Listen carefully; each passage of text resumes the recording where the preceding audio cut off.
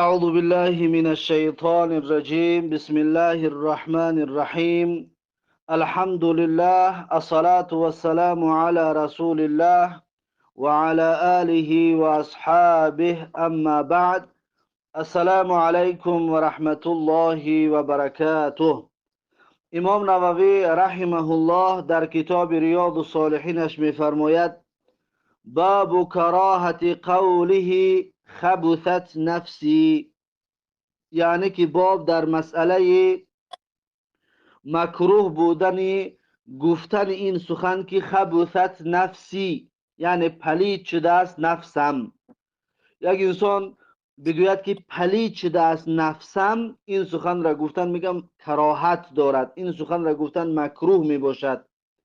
پس امام نووی رحمه الله در زیر این باب یک حدیث برامون تقدیم میکند که حدیث 1738 کتاب ریاض الصالحین است. میگوید: ان عائشه رضی الله عنها عن النبی صلی الله علیه و سلم قال، یعنی از عایشه رضی الله عنها روایت است که از پیغمبر صلی الله علیه و سلم فرمودند: لا یقولن احدکم خبثت نفسی.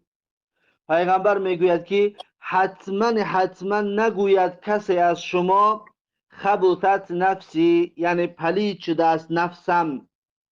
نباید میگه کسی از شما بگوید که پلید شده است نفسم، ولکن لیقول، ولیکن باید هر یکی از شما بگوید اگر که نفستان گرفته شد، پس شما بگوید که لقست نفسی، یعنی که حالم به هم خورده است. یعنی که نگوید که نفسم بد شده است، نفسم پلید شده است، بلکه بگوید که حالم به هم خورده است. و کلمه خبیث را میگد استفاده نبرید. چرا؟ زیرا اینکه کلمه خبیث کلمه ناخوب است که نباید مسلمان این خبیث را، این کلمه بد را به نفس خودش نسبت بدهد. قال العلماء، عالما درباره این میگوید که معنی خبثت غثت، یعنی معنای خبثت همون سر دل گرفتن رو میگوید. وقتی که انسان بسیار خسته میشه و سر دلش گرفته میشود، پس خبثت همون معنای چی است؟ همون معنای سر دل سنگین شدن و سر دل گرفتن. و هو معنی لقست. لقست معناش همین است. اگر که به تاجیکی ترجمه کنیم خبثت و لقست، حدش میگه یک چیز میشود. ولکن کره لفظ الخبثی، ولیکن مکروه است کلمه خبث را استفاده بردن، زیرا که خبث در چیزهای پلید هم همچنین استفاده برده می شود.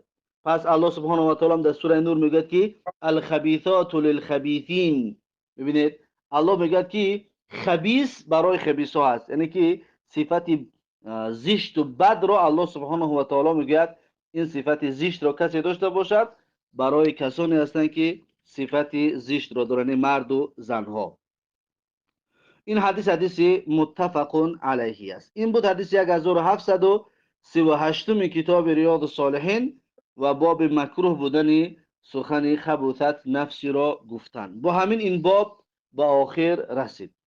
بعد از این باب نو شروع می شود: باب کراهت تسمیت العنبی کرم، یعنی که باب در مسئله مکروه بودن نام گذاشتن عنب به کرم. یعنی عنب را کرم گفتن میگه مکروه است. عنب را، انگور را کرم گفتن مکروه می باشد.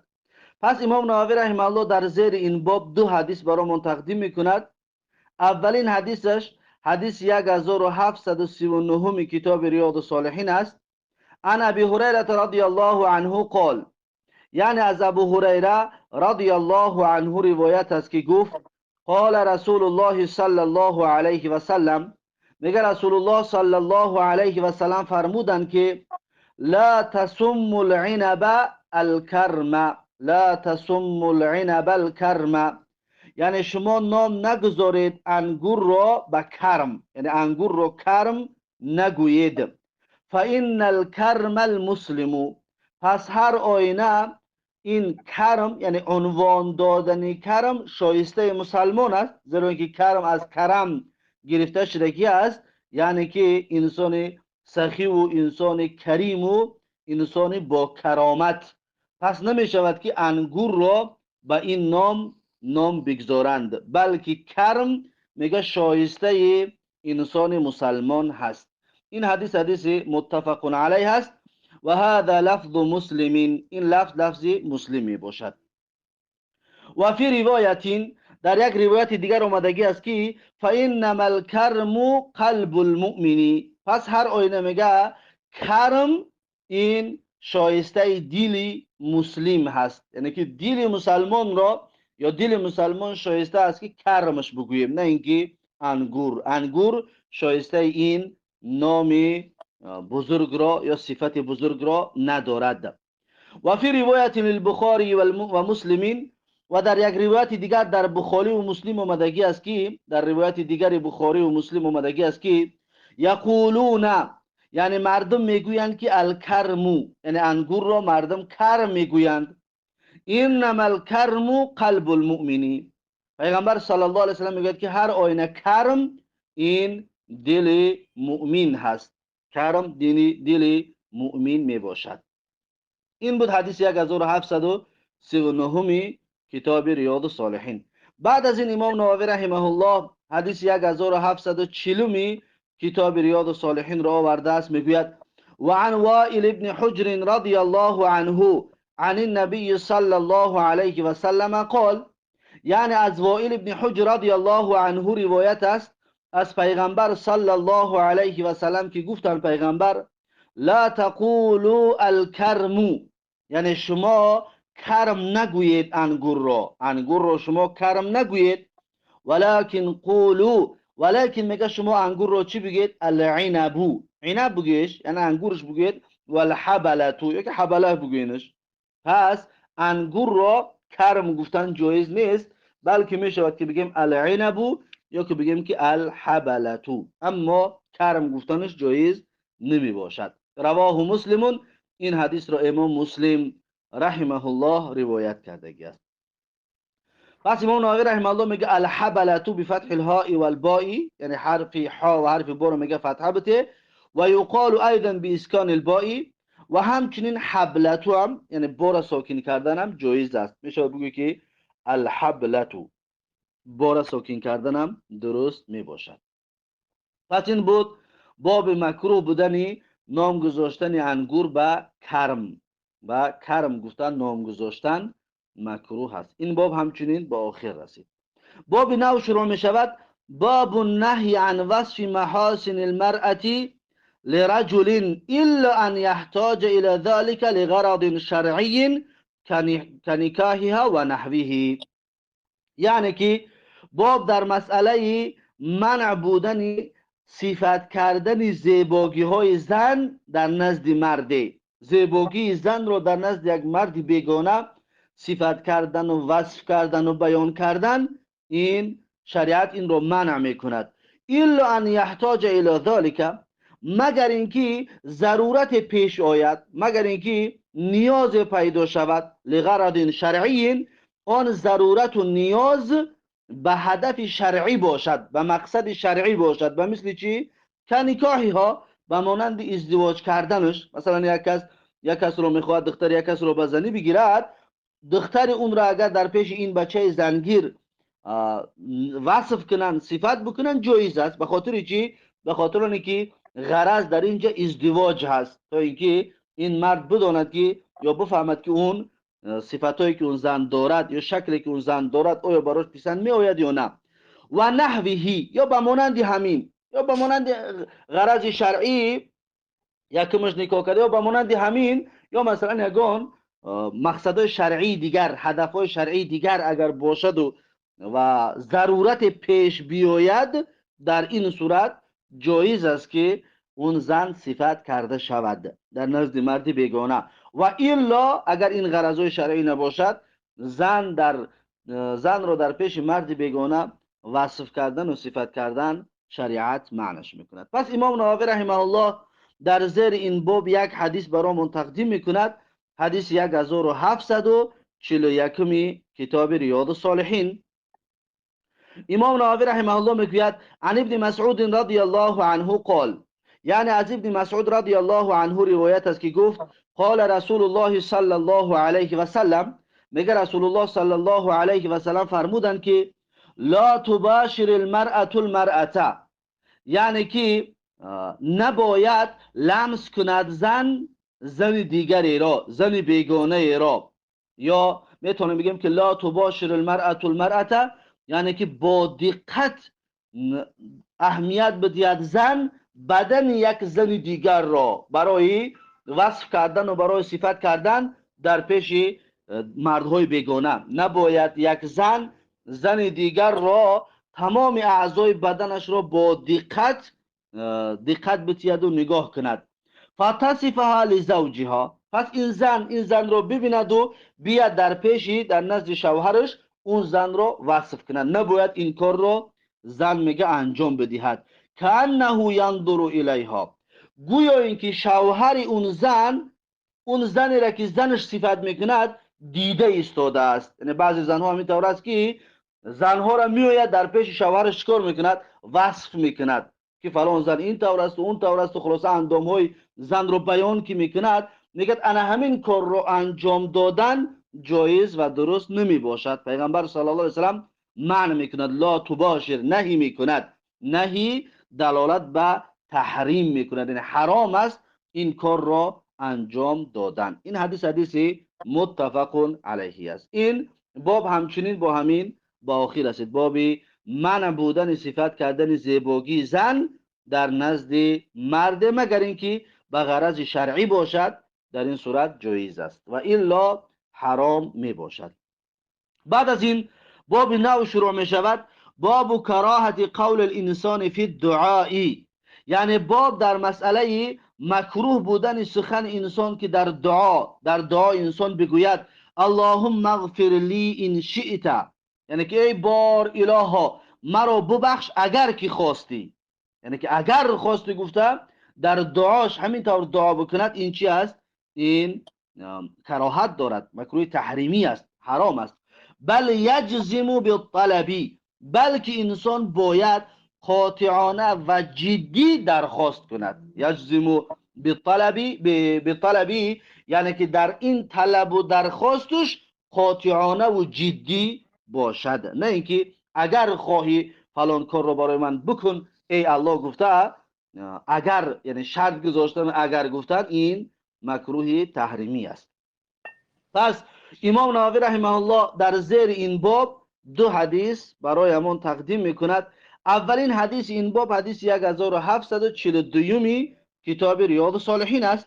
امام نووی رحمه الله میگوید عن ابی هریره رضی الله عنه ان رسول الله صلی الله علیه و سلم قال، یعنی از ابو هریره رضی الله عنه روایت است که هر آینه رسول الله صلی الله علیه و سلم گفتند که لا یقولن احدکم، یعنی نباید کسی از شما بگوید که اللهم اغفر لی ان شئت، یعنی ای بار الها ببخش من را اگر که بخواهی.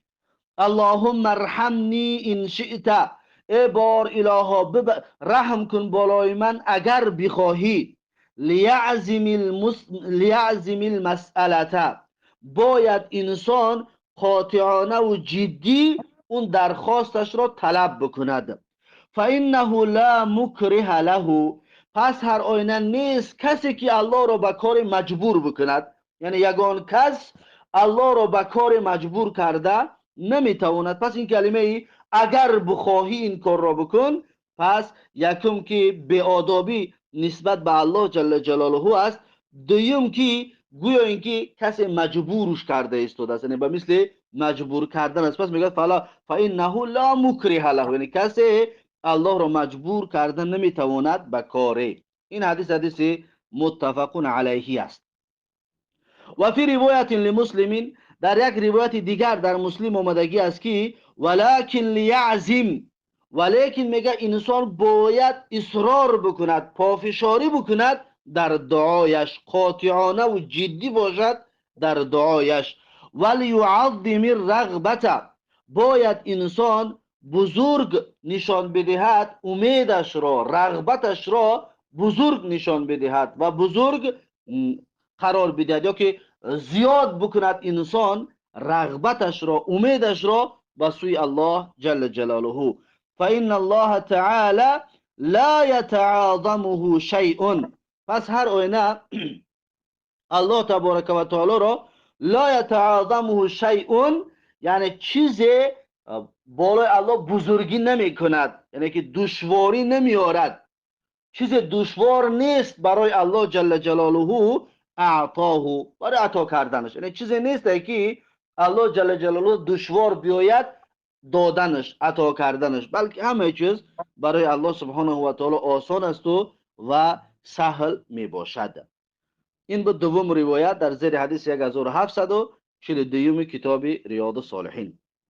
بعد از این حدیث 1743 کتاب ریاض الصالحین است که امام نووی رحمه الله میگوید و عن انس رضی الله عنه قال، یعنی از انس رضی الله عنه روایت است که گفت قال رسول الله صلی الله علیه و سلم، میگه رسول الله صلی الله علیه و سلم فرمودند که اذا دعا احدکم، یعنی هنگام کسی از شما دعا میکند، فلیعزم المسئله، پس باید این مسئله را قاطعانه و جدیت جدیش بداند، قاطعانه و جدی دعاش را طلب بکند.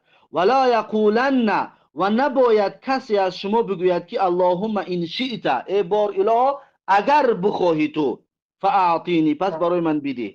یعنی نباید انسان این طور دعا بکند. فانه لا مستکره له، پس هر آینه مجبور کننده نیست الله را، یعنی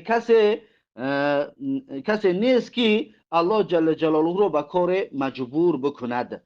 پس این سخن را گفتن جایز و درست نمی باشد. این حدیث متفق علیه می باشد. پس این بود بابی مکروه بودن این سخن که انسان در دعایش بگوید که اللهم اغفر لی ان شئت، یعنی ای بار اله اگر خواستی من را ببخش. این سخن را گفتن مکروه تحریمی می باشد. این باب همچنین به آخر رسید. بعد از این باب نو شروع می شود، باب کراهت قول ما شاء الله و شاء فلان، یعنی باب مکروه بودن سخنی آن چیزی که الله بخواهد و آن چیزی که و فلانی بخواهد، آن چیزی که الله بخواهد و فلانی بخواهد گفتن، این سخن را گفتن مکروه تحریمی می باشد. پس امام نووی رحمه الله در زیر این باب یک حدیث برامون تقدیم میکند، حدیث 1744 کتاب ریاض الصالحین که امام نووی رحمه الله میگوید عن حذیفه بن الیمان رضی الله عنه عن النبی صلی الله علیه و سلم قال، یعنی از حذیفه ابن یمان رضی الله عنه روایت است از پیغمبر صلی الله علیه و سلم که گفتن لا تقولوا، رسول الله میگوید که نگویید شما ما شاء الله و شاء فلان، یعنی اون چیزی را که الله بخواهد و فلانی بخواهد، این سخن را میگه شما نگویید. ولکن قولوا، ولیکن شما بگویید ما شاء الله ثم شاء فلان، یعنی آن چیزی را که الله بخواهد سپس فلانی بخواهد، یعنی که و فلانی بخواهد گفتن این گویا که برا او فلانی را در برابر الله قرار دادن هست. اما بگویی که آن چیزی را الله بخواهد سپس یعنی بعد فلانی بخواهد، این یعنی درجهش پایانتر شد، این سخن را گفتن جایز است. اما و فلانی بخواهد گفتن، این سخن را گفتن جایز و درست نمی باشد. رواه ابو داود به اسناد حسن، این حدیث را ابو داود با سند صحیح روایت می کند. این حدیث را ابو داود با سند صحیح روایت کردگی است.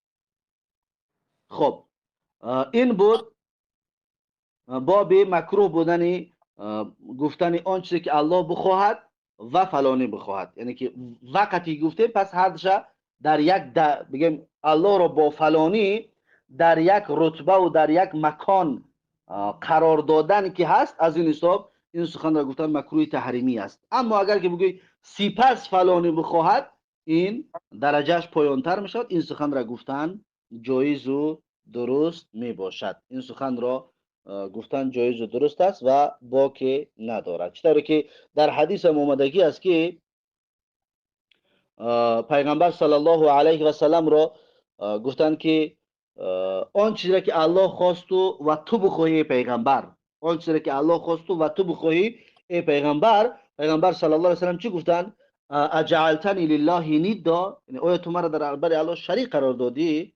بل قل ما شاء الله وحده، بلکه شما بگویید که اون چیزی که الله به تنهایی بخواهد.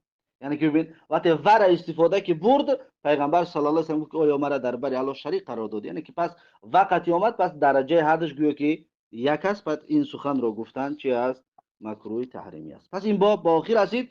بعد از این باب نو شروع می شود، باب کراهت الحدیث بعد العشاء الاخرتی، یعنی باب مکروه بودن سخن گفتن یا مجلس تشکیل کردن و گفتگو کردن بعد نماز خفتن. وقتی که انسان نماز خفتن رو میخواند، بعد از اون شیشته چخ چخ کردن و مجلس تشکیل کردن، این کراهت دارد و مکروه می باشد. این باب نو است. این باب رو انشاءالله درس آینده خواهیم گرفت. پس این بود درس امروزمون.